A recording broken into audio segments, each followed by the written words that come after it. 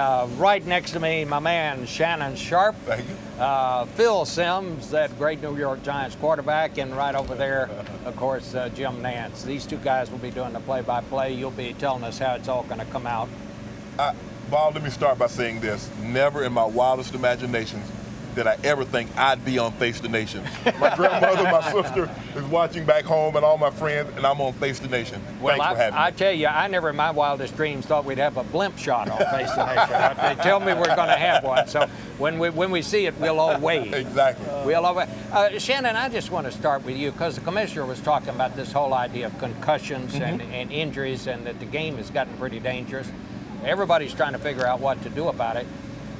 Can you have football if it's not rough? I mean, I think that seems to be the question that everybody is grappling with. I don't think you can. I think the guys have gotten bigger, they've gotten faster, but the dimensions of the field have stayed the same. I think the thing is now, the NFL is doing as good a job as they possibly can with the diagnosis of concussion. When I first got into the league, they didn't know any better. Now they know better, they do better. They diagnose it properly, they get the guys off the field. They're doing everything they possibly can. I think they're taking steps in the right direction, but I think there's more that can be done. Well, what about you, Phil? I mean, some people say the game's got too dangerous for its own good. I mean, that they're going to have to do something here. And I don't think there's any question. People now see this connection between concussions and brain damage that they didn't see before. Bob, I think they're making a lot of great changes in the NFL. I think the rule changes that we see, that's the one thing I love about the league. It's not like the other sports. They're not afraid to change it, whether it helps TV, helps the enjoyment for the fans and the safety of the players. So every year we see rule changes. And the biggest thing is right now, too, the equipment's going to get better. The helmet is they're going to revolutionize it, I think, in the next couple of years, and that will help all these head injuries, and they're going in the right direction. You know, the media has a role in this, too. We have celebrated and over-celebrated and replayed the big collision. Yep. We've had them sponsored in the highlights, the hit of the week, and other various names that really promote players to go out there and viciously lay someone out. And you know what's happened, Bob, is that the players are faster and they're stronger. So the collisions, they're bigger. So the collisions, of course, create more damage. And football is based on the premise of imposing your will on someone. And what you try to do is hit someone as physically as hard as you possibly can, legally, to impose your will, to let them know you're the toughest, you're the most physical team that day, and that's the way a lot of teams win football games. Well, they're talking, some people, as you all know, are talking about maybe doing away with the three-point stance for the linemen, and except when you got down close to the That's goal. one rule change they're not going to get away with. No. That won't happen. And like I said, the changes, what's really changed a lot in football is now, it used to be everybody was close together and you just kind of ran into each other. Now, with the passing offense, they've spread the field from sideline to sideline, so that just gives guys more space, more time, and more speed. So, but like I said, I really have a lot of faith. I think they're making some good corrections. I bet what you want, Phil, is that they would say you can't tackle the quarterback. No, you're wrong. Completely wrong. No. I want them, well, I don't want to say that. I was going to say, I want them to go back to the rules that we played under, but they got to be careful there, too. You got to give the defense some chance. We can't do every single thing in football for the offense. I want to ask you guys about, let's just talk about this game. I mean, my heavens. I mean, I probably know more about baseball than I do about football, but I think one thing I do know about is a good story. And I can't think of a better story in a long, long time than Peyton Manning, and coming from New Orleans, the whole Manning family growing up down there, and now he's going against New Orleans' Cinderella team. I mean, it doesn't get any better than this, Jim. No, it's a feel-good Super Bowl. There's not a villain here, Bob. There's not like a group that anyone has any reason to say, I don't like that team. I don't like the way they play football. They're class organizations. Peyton is in the midst of building a career that might be one of the biggest, if not the biggest of all time. Today would be another step in that direction. Is he the best player in the league?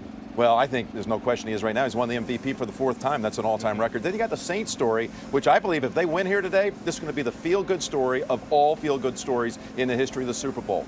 I can't imagine anything to match. The whole country will celebrate with him, except for Indianapolis. Talks about him, but what about Drew Brees? I mean, I just wrote down some notes here.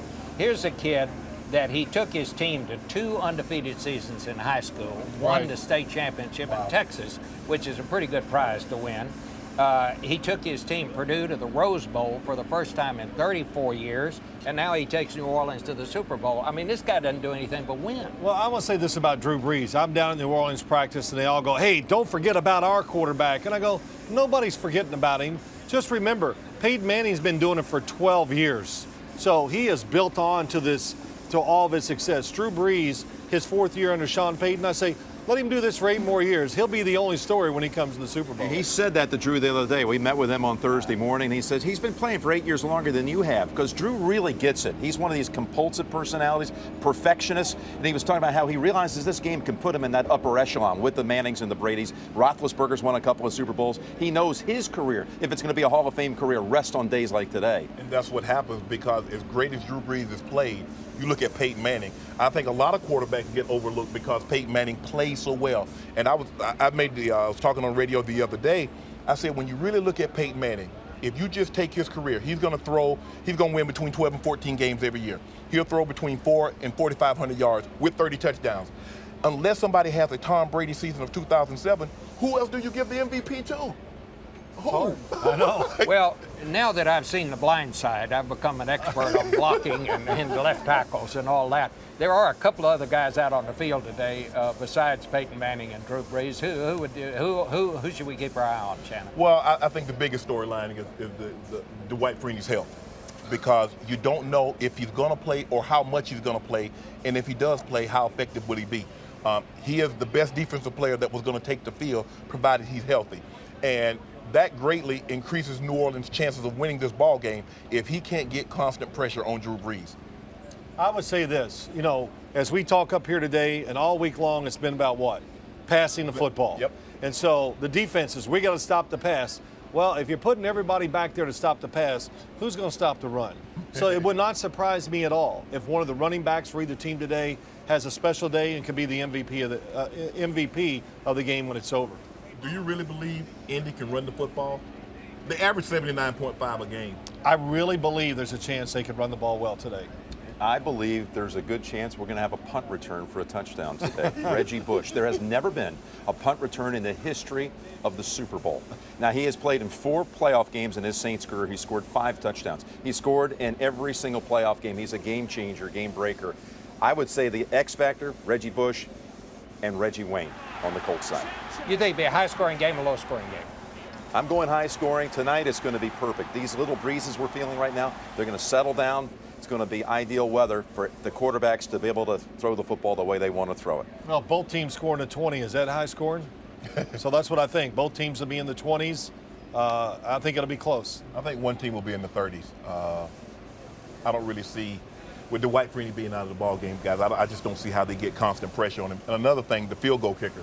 Garrett Hartley's in his 2nd year. Matt Stover's in his 20th year. I see it this way, Bob. Temperature is going to be in the 50s, the winner's going to be in the 40s, and the loser's going to be in the 30s. Tune in, okay? Wow. That sounds good. Guys, it's great to talk to you. Thanks for having me. Really appreciate it.